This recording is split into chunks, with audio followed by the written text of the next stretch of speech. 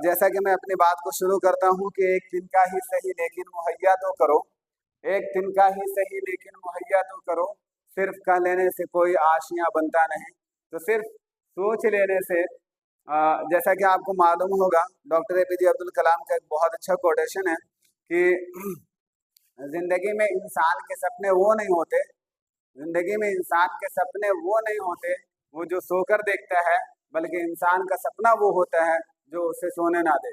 आप में से बहुत सारे साथी ऐसे होंगे जो नोटिफिकेशन का इंतजार करते होंगे, और कहीं ऐसा ना हो कि नोटिफिकेशन आ जाए और हम लोग हाथ मलते रह जाए, काफ़ी कम वक्फा मिल जाए, कभी कभी काफ़ी कम वक्त मिले और उसमें मुकम्मल तरीके से तैयारी ना हो सके।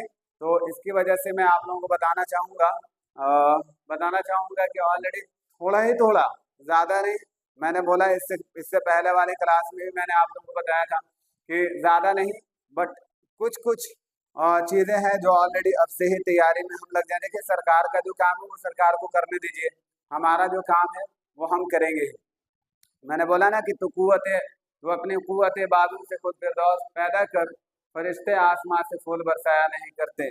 मतलब हम अपनी जद्दोजहद में लगे रहें, कोशिश कदो काविश में लगे रहें, और रिजल्ट देना ऊपर वाले का काम है। नोटिफिकेशन कब आएगा ना आएगा इसको लेकर के बहुत ज़्यादा हम लोग चिंतित ना हो।